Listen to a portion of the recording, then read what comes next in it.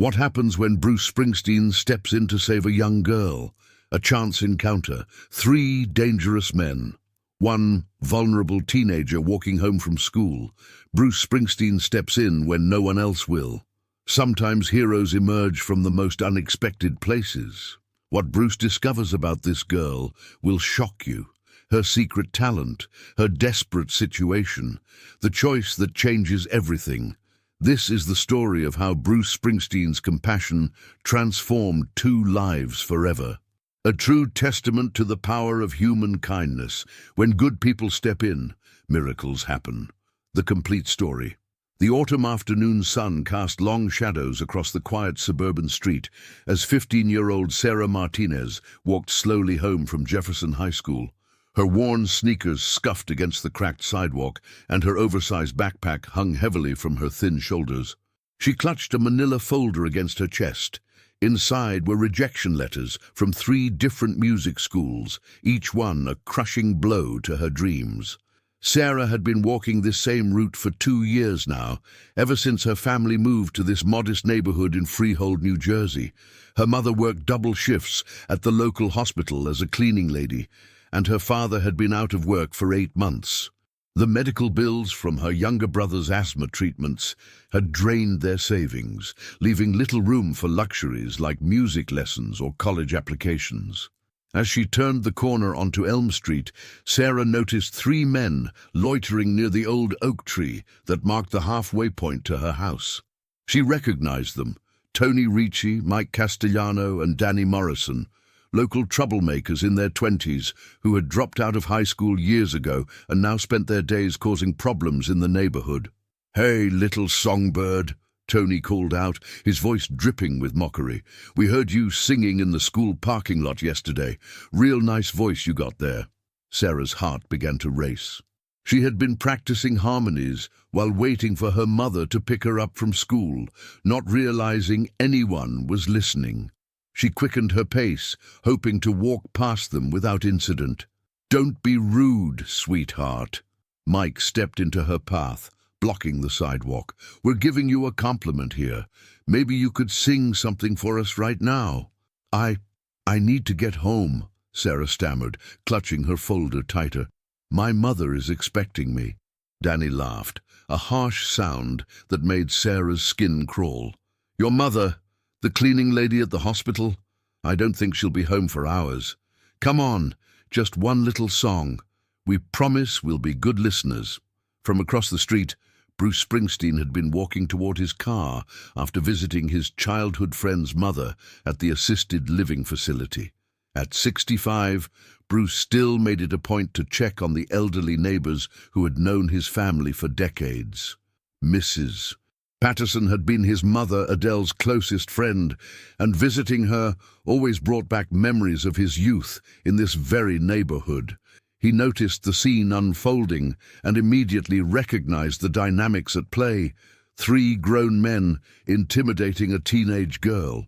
The protective instincts that had been ingrained in him since childhood, growing up in a working-class family where you looked out for your neighbors, kicked in immediately.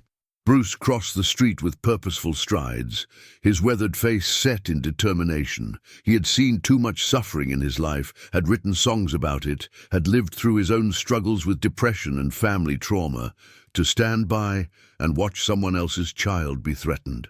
"Excuse me, gentlemen." Bruce's voice carried the authority of someone who had commanded stages before hundreds of thousands of people. "Is there a problem here?" Tony turned around, initially annoyed by the interruption, but his expression changed when he recognized who was speaking. "Holy shit, you're Bruce Springsteen." "That's right," Bruce replied evenly, stepping closer to Sarah. "And you are. We were just talking to the girl," Mike stammered, suddenly uncertain of himself in the presence of the rock legend. "It looked like you were making her uncomfortable," Bruce observed, placing a gentle hand on Sarah's shoulder. "Sarah, right? I remember you from the church choir when you were younger. Your voice is extraordinary." Sarah looked up at him in amazement.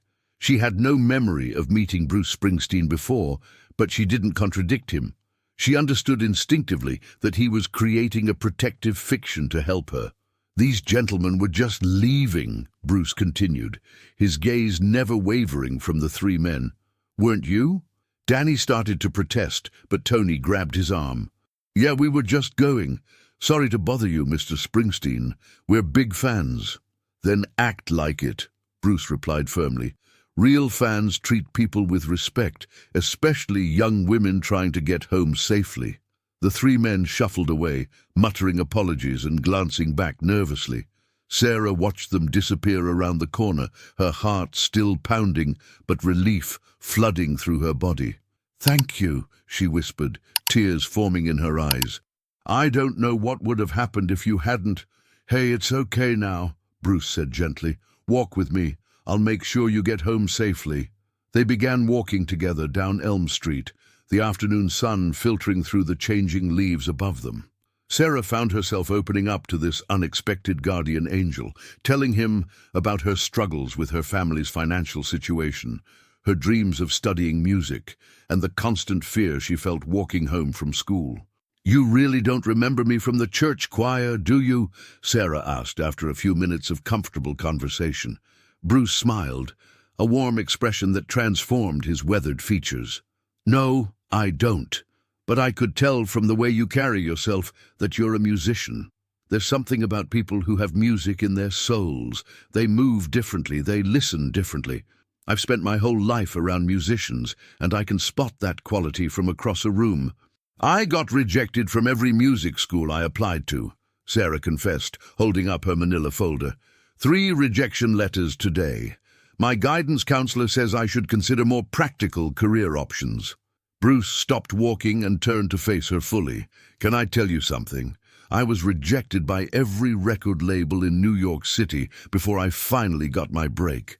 Columbia Records was the only company willing to take a chance on a kid from New Jersey who wrote songs about working-class dreams and small-town struggles. Sarah's eyes widened. Really?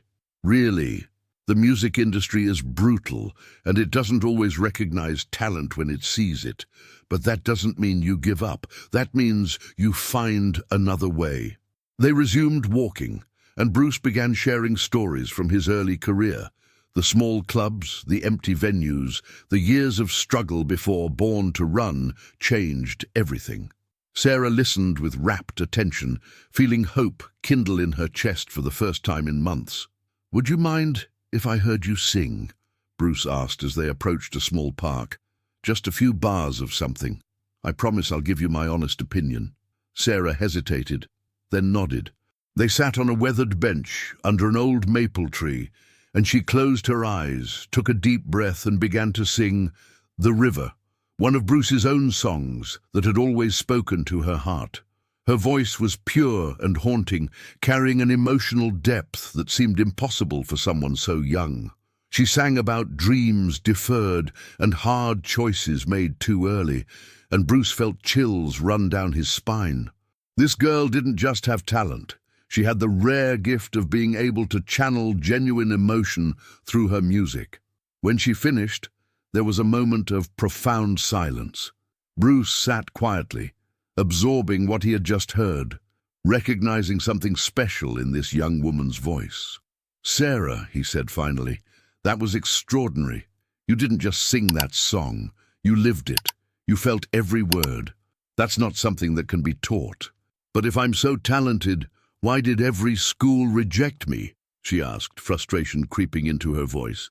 Because they're looking at your resume, not listening to your soul, Bruce replied. They see a working-class kid from New Jersey without formal training or connections, and they make assumptions. I know because I've been there. He was quiet for a moment, then continued. Let me ask you something. If you could change one thing about your life right now, what would it be? Sarah thought carefully before answering. I would want my family to not have to worry about money anymore. My mom works so hard, and my dad tries to find work every day, and my little brother needs his medications. I just wish I could help them somehow. Bruce nodded, understanding completely. He had grown up in a similar situation. His father struggling to find steady work, his mother holding the family together, the constant stress of making ends meet. It was that background that had fueled his music, that had given him the authenticity that resonated with millions of working-class Americans. "What if I told you there might be a way to help your family and pursue your music dreams at the same time?" Bruce asked. "I'd say that sounds too good to be true," Sarah replied honestly. "Maybe, but sometimes life surprises us. I'd like to make some phone calls, talk to some people I know in the music industry. Would you be open to that?" Sarah stared at him in disbelief. "You would do that? For me? But you don't even know me." "I know enough," Bruce said. "I know you have genuine talent. I know you care deeply about your family. And I know you have the courage to keep pursuing your dreams, even when faced with rejection. Those qualities matter more than connections or fancy training." Over the next 2 weeks, Bruce made good on his promise. He contacted several producers and music industry executives, not asking for favors, but simply requesting that they give Sarah a fair audition. He also reached out to the admissions offices of the 3 schools that had rejected her, suggesting they might want to reconsider their decision. More importantly, he invited Sarah to his home studio, where he spent hours working with her, helping her understand how to present her music in a way that showcased her unique gifts. He taught her about song structure, about connecting with an audience, about staying true to her authentic voice while still being commercial enough to succeed. Sarah's mother, Maria, was initially suspicious of Bruce's interest in her daughter. She had worked too many years in environments where powerful men took advantage of vulnerable young women to simply trust his motives. But when she met Bruce in person, when she saw the respectful way he treated Sarah and the genuine investment he was making in her development as an artist, her fears began to ease. "Why are you doing this?" Maria asked him directly during one of their sessions. "What do you want from my daughter?" Bruce set down his guitar and looked at her seriously. "Mrs. Martinez, I grew up 3 blocks from here. My father was unemployed for long stretches. My mother worked nights to keep food on the table, and I know what it's like to feel like the world is against you. When I see a young person with real talent being dismissed because of their background, it reminds me of my own story." He paused, choosing his words carefully. "I also know what it's like to receive help when you need it most. There were people who believed in me before I had any reason to believe in myself. John Hammond at Columbia Records, my bandmates who stuck with me through the lean years, critics who championed my music when radio stations wouldn't play it. This is my way of paying that forward." Maria studied his face, seeing the sincerity in his eyes. "And if nothing comes of this? If she still doesn't get accepted anywhere? Then she'll be better prepared for the next opportunity," Bruce replied. "But I have a feeling something good is going to happen. Your daughter has something special, something that can't be manufactured or taught. The industry will recognize that eventually." 3 weeks later, Sarah received a phone call that changed everything. Berklee College of Music, one of the 3 schools that had initially rejected her, was offering her a full scholarship after reconsidering her application. A music producer in Nashville wanted to schedule a recording session. A talent agent in New York was interested in representing her, but perhaps most importantly, a local music venue offered her a weekly gig performing covers and original songs with pay that would help significantly with her family's expenses. Sarah was overwhelmed by the sudden change in her circumstances, but Bruce reminded her that none of this was charity. It was recognition of her genuine talent and hard work. The opportunities were real because her ability was real. On a warm evening in late October, Sarah performed her first official concert at the Stone Pony, the legendary Asbury Park venue where Bruce himself had gotten his start decades earlier. The small club was packed with friends, family, and music industry professionals who had come to see what all the excitement was about. Bruce stood at the back of the room, watching as Sarah commanded the stage with a confidence and presence that belied her young age. She sang original songs about growing up in working-class New Jersey, about family struggles and teenage dreams, about finding hope in unexpected places. Her voice soared over the crowd, pure and powerful and emotionally honest. During her final song, Sarah looked out into the audience and spoke directly to Bruce. "This last song is for someone who stepped in when I needed help most. Someone who reminded me that heroes come in all forms, and sometimes they appear when you least expect them, but most need them." She began singing Born to Run, but it was transformed by her young voice and her own interpretation. The familiar lyrics took on new meaning, became a testament to the power of believing in someone else's dreams, to the way one person's kindness can change the trajectory of an entire life. When the song ended, the crowd erupted in applause, and Bruce felt tears streaming down his face. This was why he had started making music in the first place: to connect with people, to tell stories that mattered, to remind everyone that their dreams were worth fighting for. After the show, as the crowd was dispersing, Sarah found Bruce near the backstage area. She was still glowing from the performance, still processing the reality of what had just happened. "I can't believe this is real," she said, shaking her head in amazement. "Believe it," Bruce replied. "This is just the beginning for you, Sarah. You have the talent, you have the work ethic, and now you have the opportunities. The rest is up to you." "I want to ask you something," Sarah said, her expression growing serious. "That day when you helped me with those men, you said you remembered me from church choir, but later you admitted you'd never seen me before. Why did you lie?" Bruce smiled, the question clearly not unexpected. "Because sometimes the truth isn't as important as what needs to happen in the moment. Those men needed to believe that you weren't alone, that someone knew who you were and cared about your well-being. Creating that protection for you was more important than being technically honest." "And now?" Sarah asked. "What happens now?" "Now you go to Berkeley, you work harder than you've ever worked in your life, and you remember where you came from," Bruce said. "Success changes people, but it doesn't have to change who you are at your core. Stay connected to your family, stay connected to your community, and use your music to tell the stories that matter." 6 months later, Sarah was settled into her studies at Berkeley, excelling in her classes and already attracting attention from professors and fellow students. Her weekly performances at local venues were drawing larger crowds, and she had begun writing songs that captured the experiences of her generation while maintaining the emotional authenticity that had first caught Bruce's attention. Bruce received regular updates from Sarah and her family, watching with pride as she navigated the challenges and opportunities of her new life.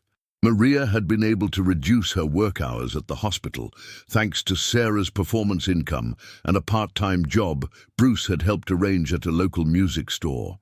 Sarah's father had found steady work at a construction company whose owner was a fan of Bruce's music and believed in giving second chances. The transformation wasn't just financial, it was emotional and psychological. The Martinez family had hope again, a sense that their struggles had meaning and that better days were possible.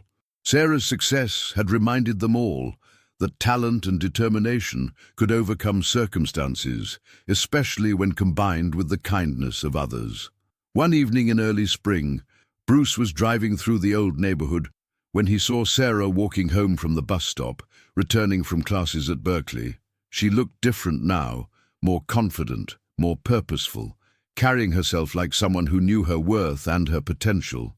He pulled over and rolled down his window. "Need a ride?" Sarah grinned and got into the car.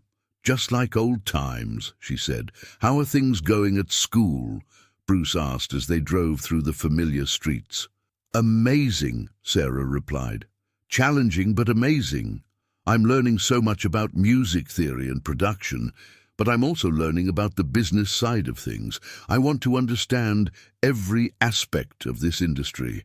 "Smart girl," Bruce nodded approvingly.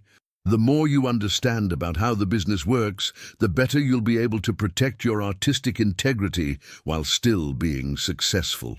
They drove in comfortable silence for a few minutes, both lost in their own thoughts. Finally, Sarah spoke up. Bruce, can I ask you something personal? Sure. Do you ever think about all the people you've helped over the years? Not just me, but all the others? Does it ever feel like a burden, knowing that people look to you to solve their problems? Bruce considered the question carefully. I think about responsibility a lot, he said finally.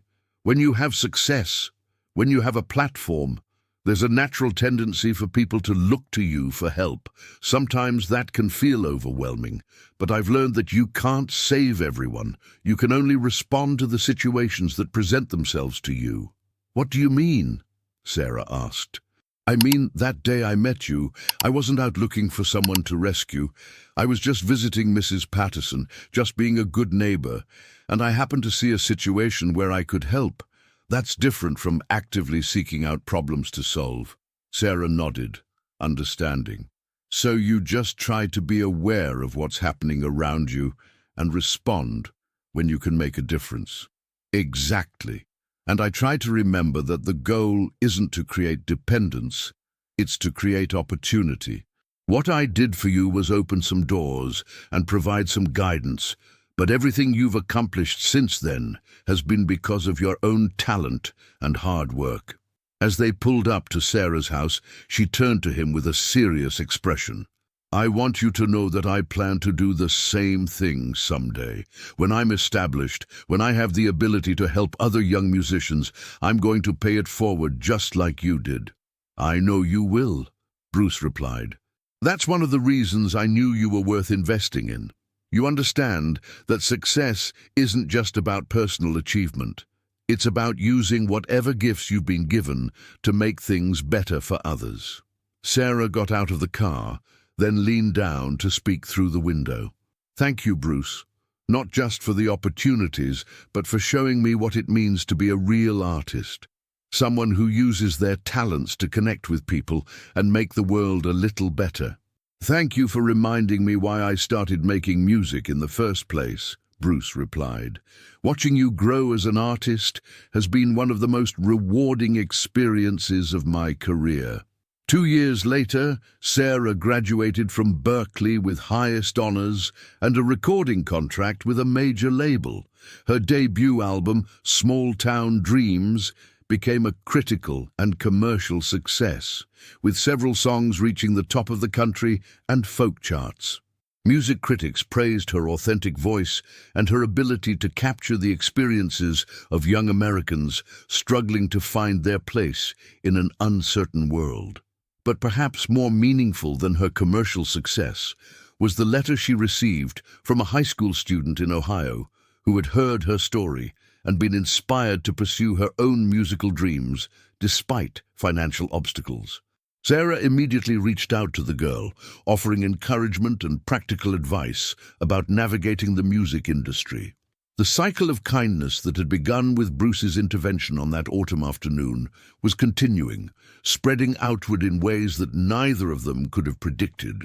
Sarah had learned that true success wasn't measured just in album sales or concert attendance, but in the positive impact you could have on other people's lives. On the 5th anniversary of their first meeting, Sarah organized a benefit concert at the Stone Pony to raise money for music scholarships for underprivileged students. Bruce agreed to perform as a surprise guest, and together they sang The River, the song that had first demonstrated Sarah's extraordinary talent. As they stood on stage together, looking out at an audience that included many of the young musicians who would receive scholarships from the evening's proceeds, Bruce reflected on the unpredictable nature of life. 5 years ago, he had simply been walking to his car when he witnessed a young woman being intimidated by 3 men. His decision to intervene had seemed like a small act at the time, but it had set in motion a chain of events that had transformed multiple lives. After the concert, as they were packing up equipment, Sarah approached him with a thoughtful expression. I've been thinking about that day we first met, she said, about how different things would have been if you hadn't been there, or if you had decided it wasn't your problem and kept walking. We all have moments like that, Bruce replied. Moments where we can choose to get involved or to look the other way. The important thing is to pay attention and act when we can make a difference. I used to think that helping people required grand gestures, Sarah continued. But I've learned that sometimes the most powerful thing you can do is just show up, just be present when someone needs support. Bruce smiled, recognizing the wisdom in her words. That's something it took me many years to understand. When I was younger, I thought I had to save the world with my music. Now I know that if I can just connect with one person, if I can make one person feel less alone, that's enough. As they walked out of the venue together into the cool New Jersey night, both Bruce and Sarah felt a deep sense of satisfaction. They had used their talents not just to entertain, but to create real positive change in the world. They had demonstrated that success without compassion was meaningless, and that the true measure of a life well lived was how many other lives you had helped improve along the way. The story of Bruce Springsteen and Sarah Martinez became a reminder to everyone who heard it that heroes don't always wear capes or perform dramatic rescues. Sometimes they're just people who choose to step in when others need help, who use whatever resources they have to create opportunities for those who need them most. And sometimes the person you save might just save you right back, reminding you of your own purpose and reigniting your passion for the work that truly matters. In the end, both Bruce and Sarah understood that their chance encounter on that autumn afternoon had been a gift, not just to Sarah, who received the opportunity to pursue her dreams, but to Bruce, who was reminded of the power of music to transform lives and the importance of using success to lift others up. The lesson was simple but profound. When good people step in and choose to help, miracles can happen. When established artists remember their roots and reach out to the next generation, the cycle of creativity and compassion continues. And when we all commit to looking out for one another, especially those who are most vulnerable, we create a world where everyone has the chance to reach their full potential. Never underestimate the power of one person's kindness to change another person's entire life trajectory. Sometimes a stranger can indeed be your salvation, and sometimes the person you help will end up inspiring you in ways you never expected. As Bruce Springsteen had learned long ago, the best songs are the ones that tell true stories about real people facing genuine challenges. And the best life is one where you use whatever platform you've been given to make sure those stories have happy endings whenever possible. The years that followed Sarah's rise to success brought unexpected challenges and deeper lessons about the nature of fame, responsibility, and staying true to one's roots. As her third album climbed the charts and her concert tours sold out venues across the country, Sarah found herself facing the same pressures that had shaped Bruce's own journey decades earlier. It was during her sold-out show at Madison Square Garden that Sarah experienced her first real crisis of identity as a successful artist. Standing on stage before 20,000 fans, singing songs about small-town struggles and working-class dreams, she suddenly felt disconnected from the words coming out of her mouth. The lyrics that had once felt so authentic now seemed like performances of authenticity, carefully crafted for mass consumption. After the show, she called Bruce from her hotel room, her voice shaking with doubt and confusion. "I don't know who I am anymore," she confessed. "I'm singing about being broke and struggling, but I just bought my parents a house. I'm singing about not belonging anywhere, but everyone wants to be my friend now. How do you stay real when your life becomes so unreal?" Bruce listened quietly, remembering his own similar crisis during the height of his fame in the 1980s. "Sarah, what you're feeling is completely normal.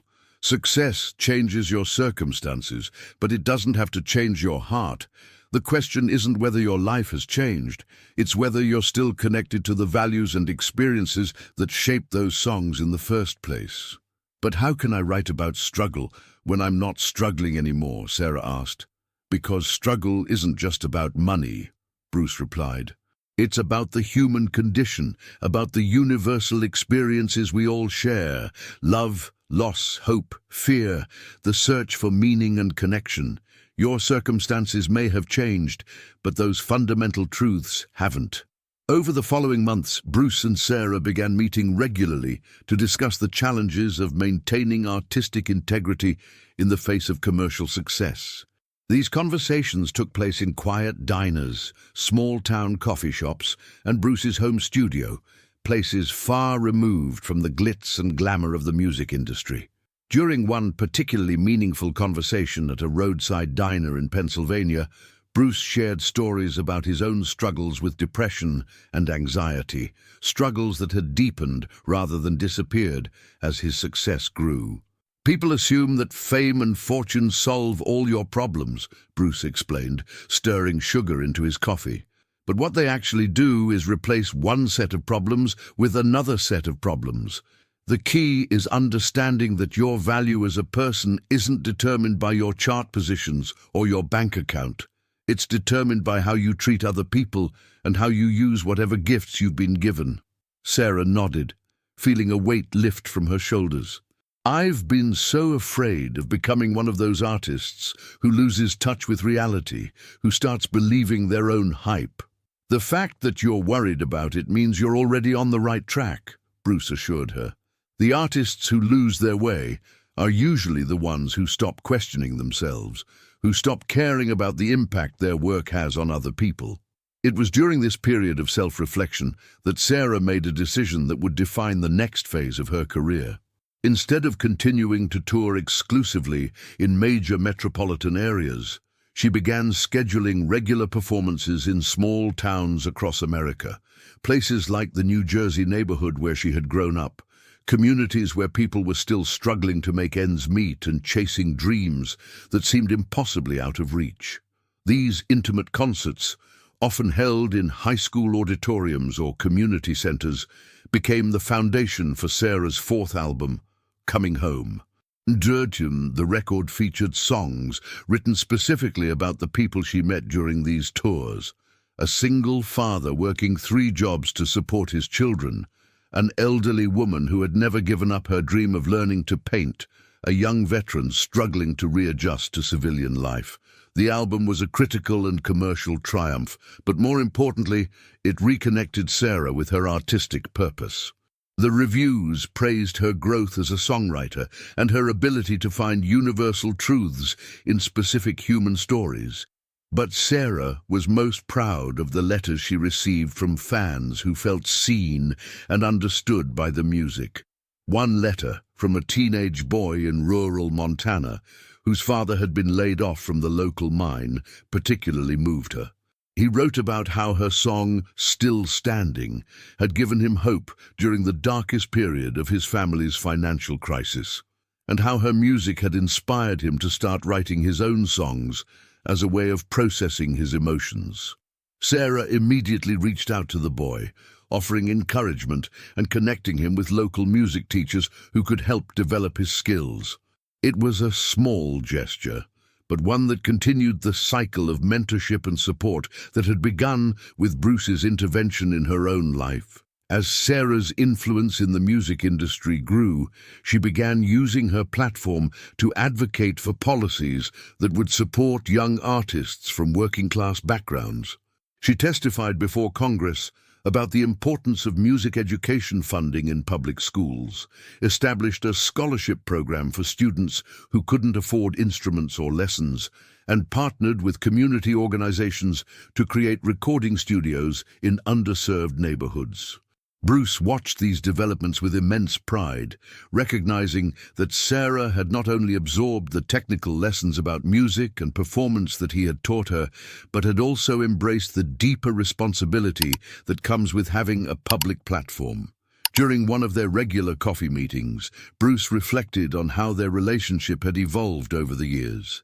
"You know, when I first helped you, I thought I was just opening some doors for a talented kid who deserved a chance," he said. "But watching what you've done with those opportunities, seeing how you've used your success to help others, it's reminded me of why I fell in love with music in the first place." "What do you mean?" Sarah asked. "I mean that music at its best isn't just entertainment. It's a form of communion, a way of connecting people across all the barriers that usually divide us. When you write a song about struggle, and someone in a completely different situation recognizes their own experience in those lyrics, that's when the real magic happens. Sarah smiled, understanding completely. It's like that day you stepped in to help me.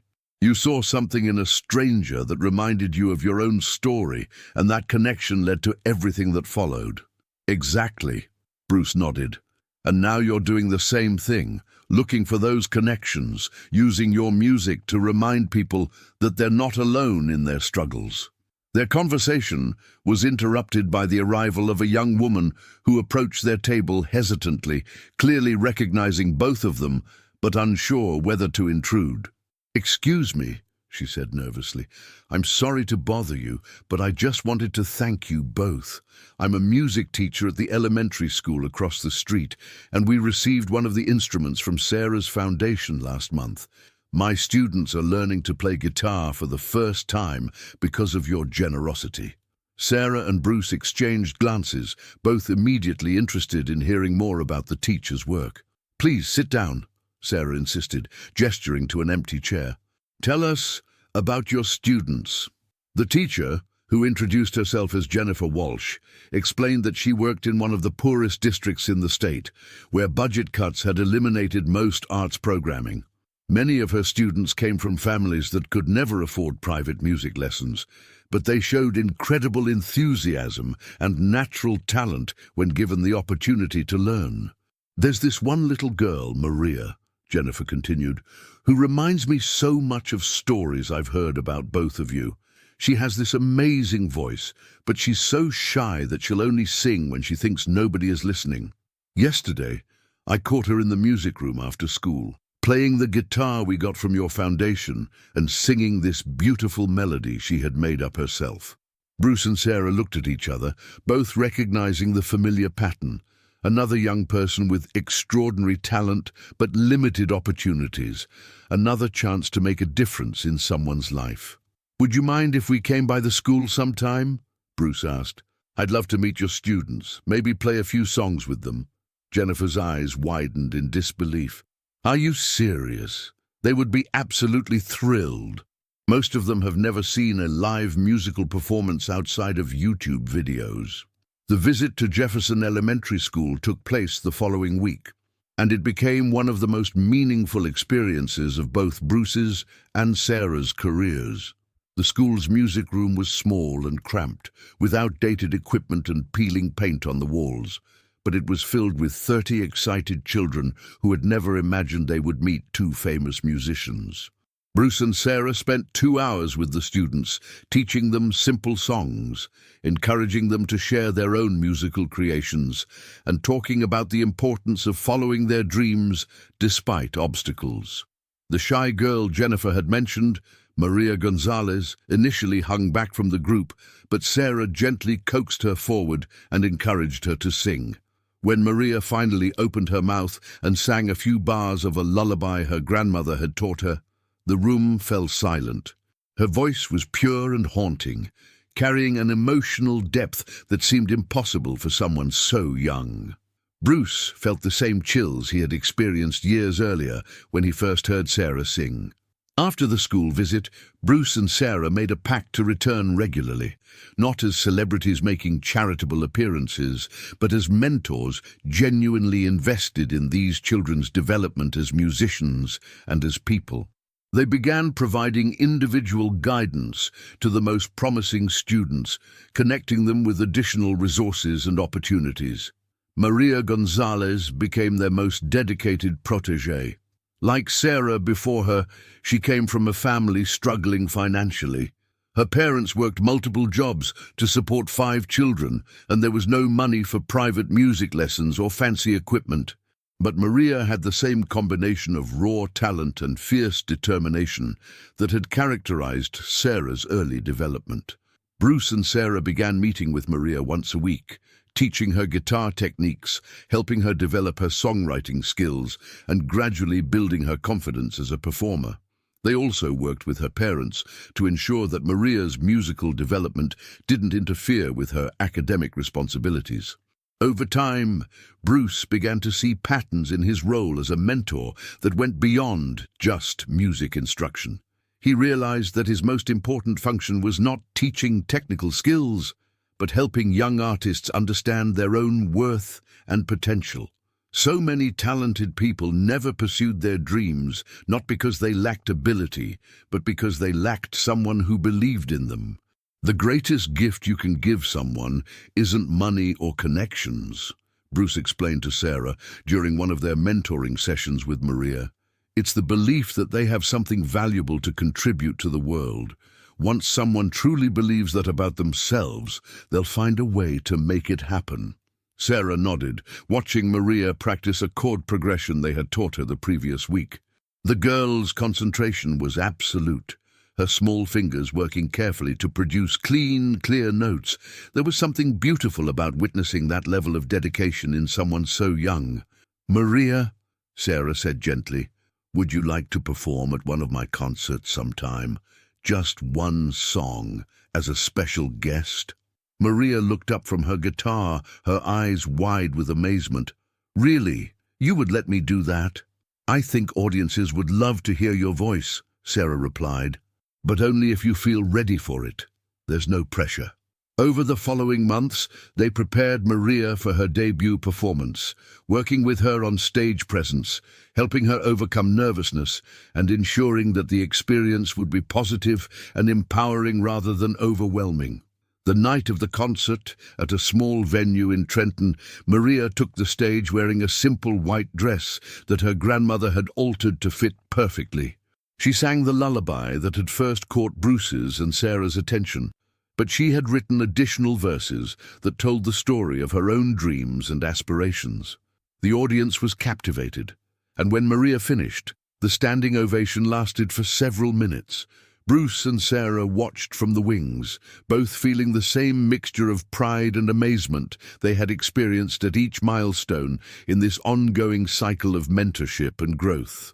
After the performance, as Maria was surrounded by well-wishers and local music industry professionals interested in her potential, Bruce reflected on the unexpected turn his life had taken.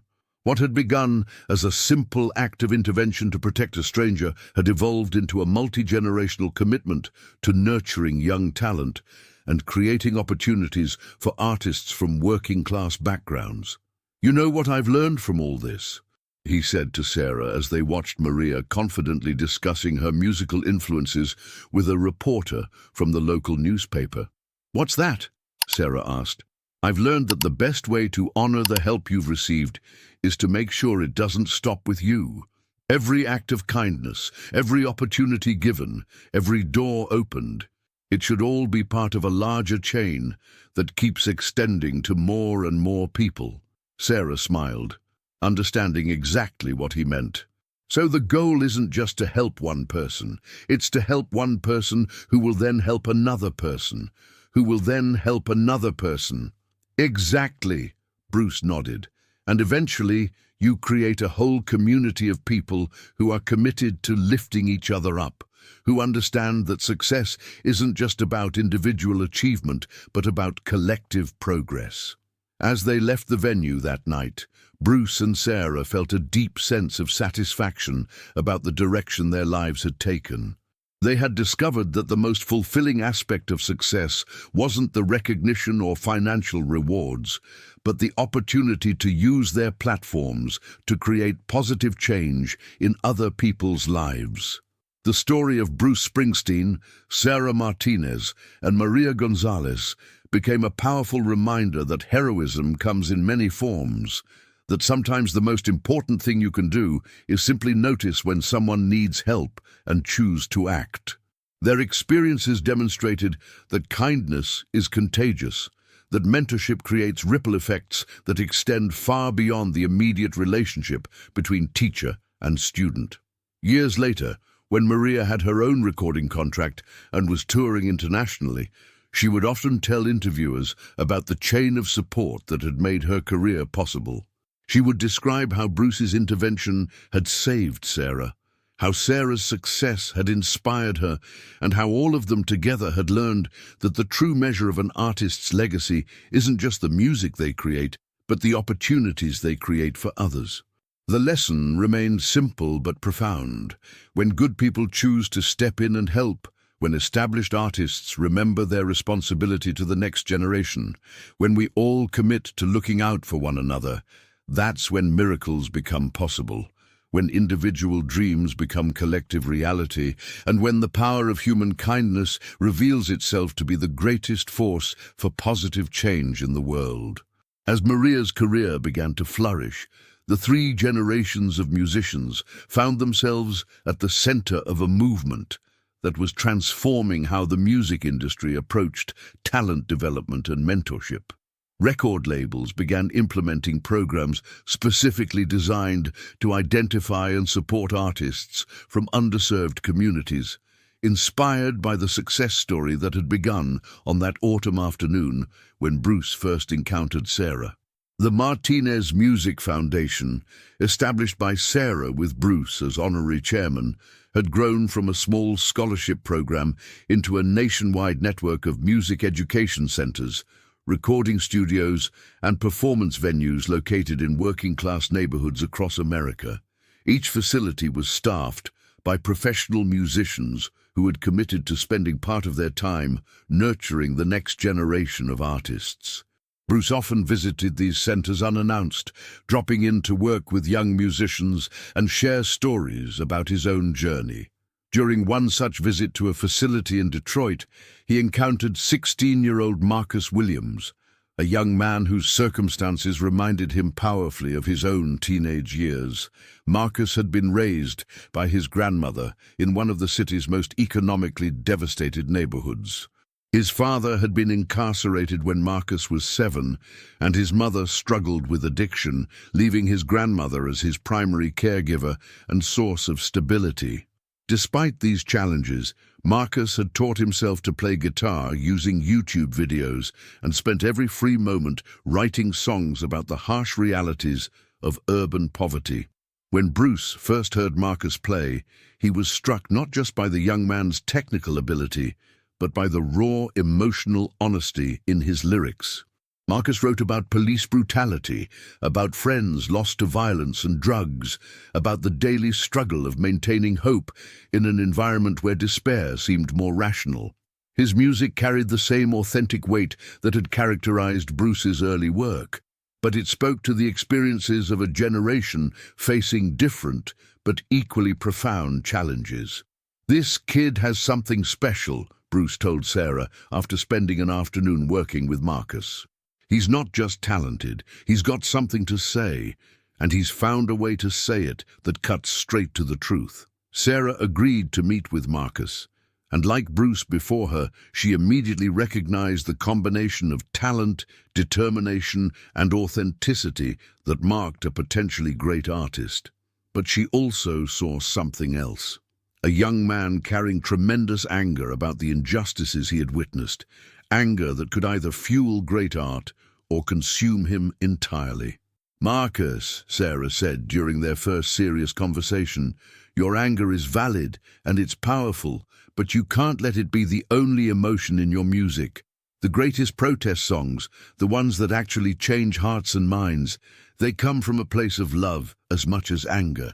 Love for the people you're trying to protect, love for the community you're fighting for." Over the following months, Sarah and Bruce worked with Marcus to help him channel his emotions into music that was both politically powerful and emotionally accessible.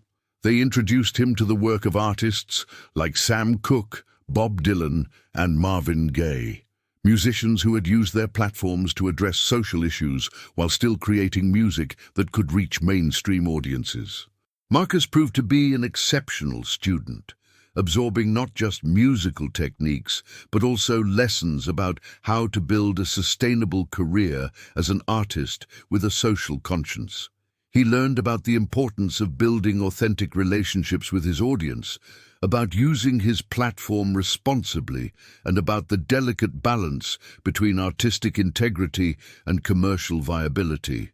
His breakthrough came during a performance at a community center in his neighborhood, where he premiered a song called "Grandmother's Hands," a tribute to the woman who had raised him and to all the unsung heroes in working-class communities who hold families together through impossible circumstances.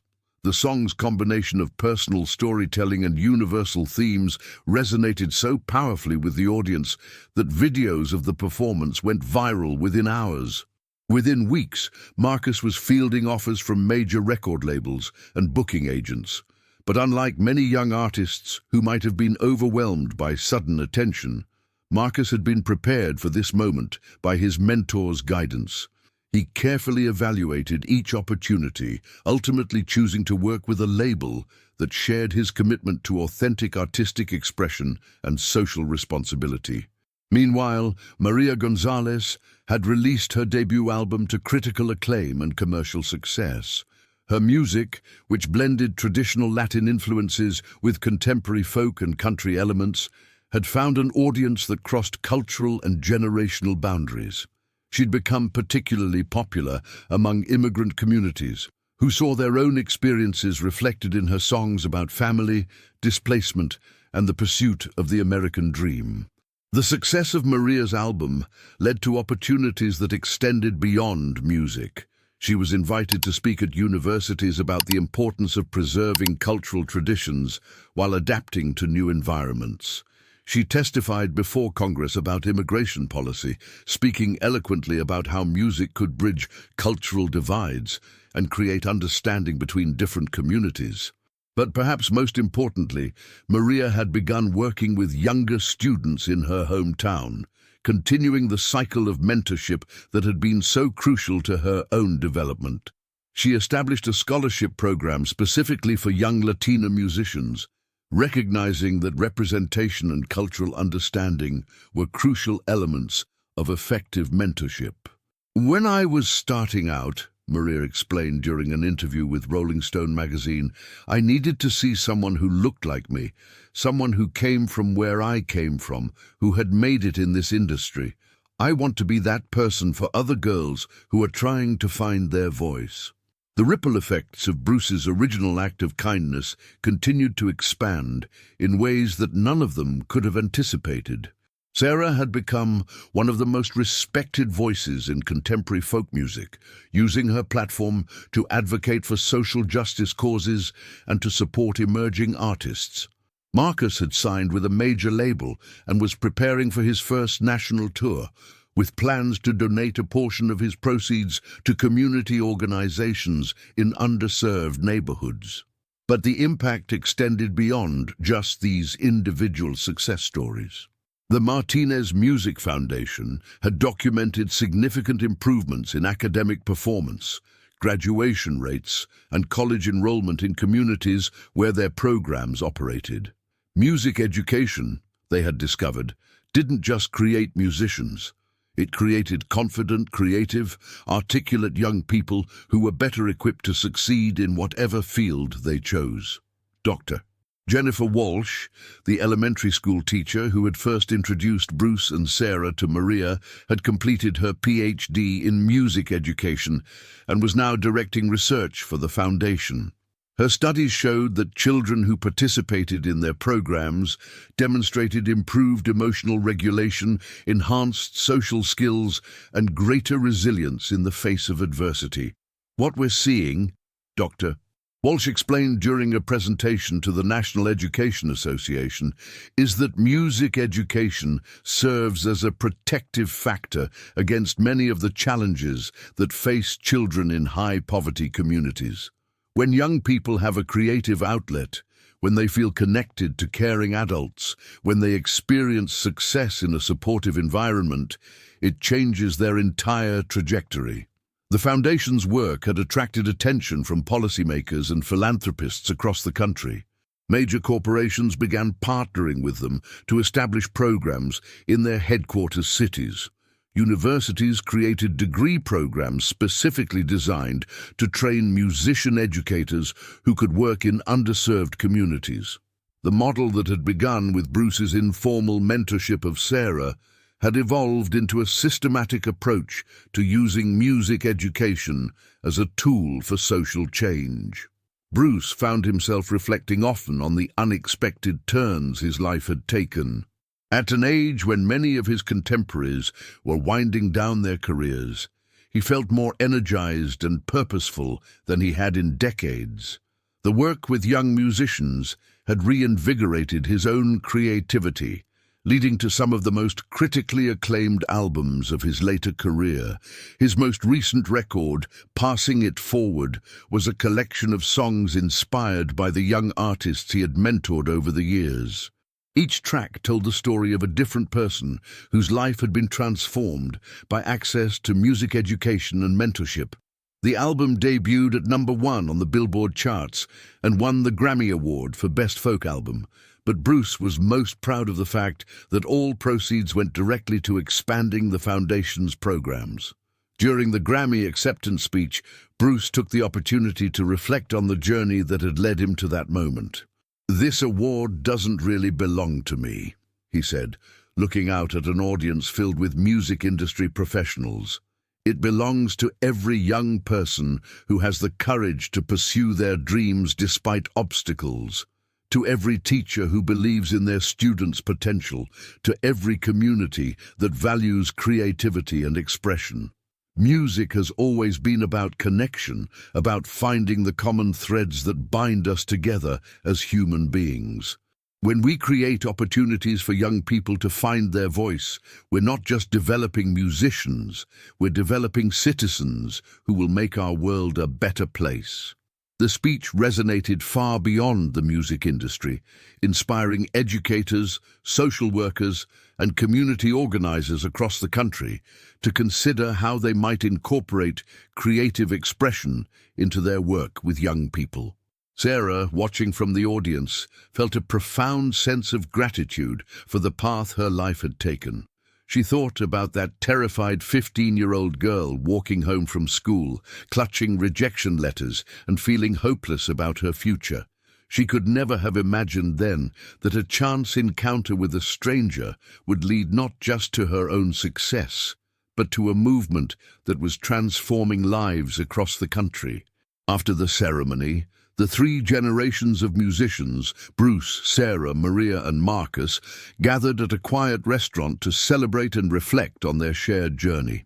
"You know what I've realized," Marcus said, raising his glass in a toast.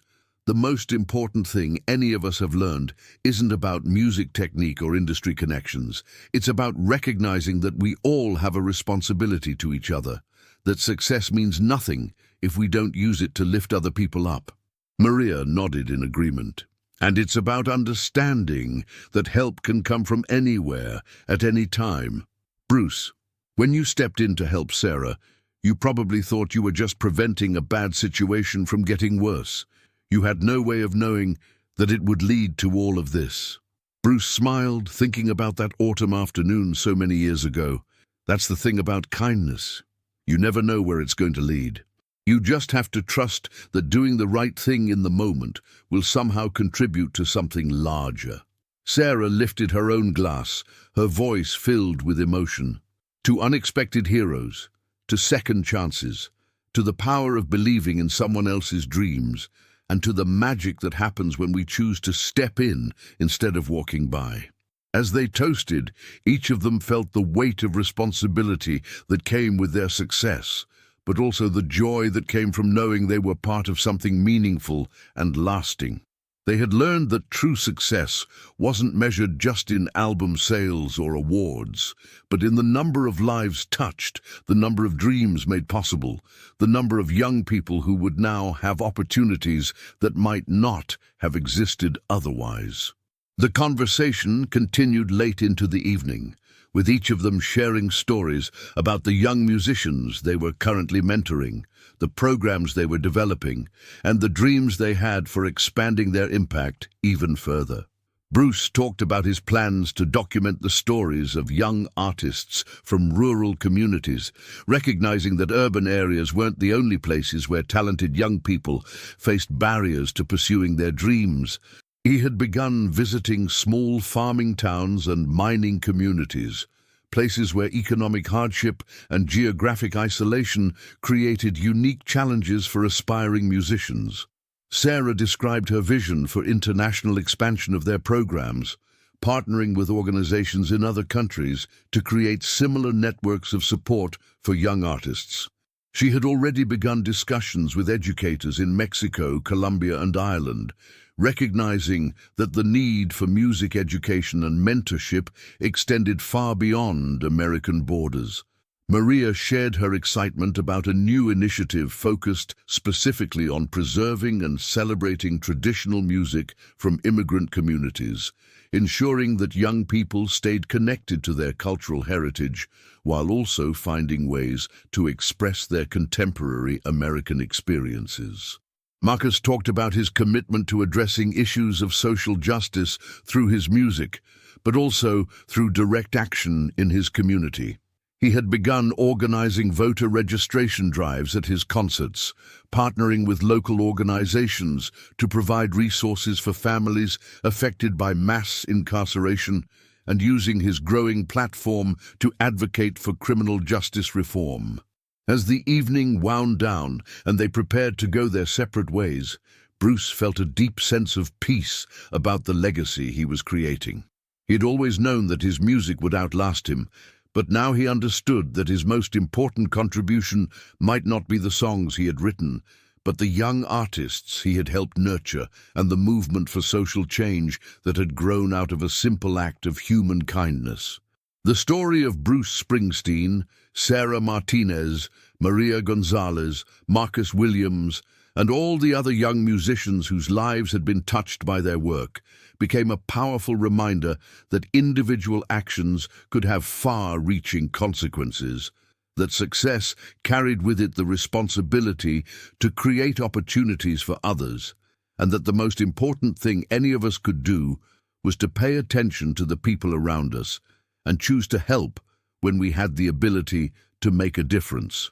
Their experiences demonstrated that heroism wasn't about grand gestures or dramatic rescues. It was about showing up, paying attention, and choosing to act with compassion and generosity in our daily lives. It was about recognizing that every person we encounter has the potential to surprise us, to teach us something new, to contribute something valuable to the world if given the chance. And perhaps most importantly, their stories showed that kindness was indeed contagious, that acts of generosity and support created ripple effects that could extend across generations, transforming not just individual lives, but entire communities and industries. The lesson was clear and undeniable.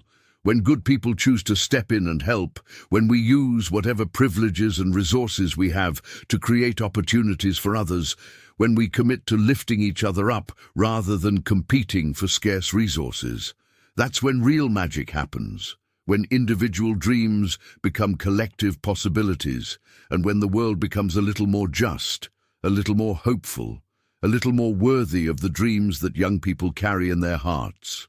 If this story moved you, please like this video, subscribe to our channel, and share your own experiences of unexpected kindness in the comments below. Sometimes we all need to be reminded that there are still good people in the world who are willing to step in and help when others need it most. Let us know in the comments, have you ever had someone step in to help you when you needed it most? Or have you been the one to step in for someone else?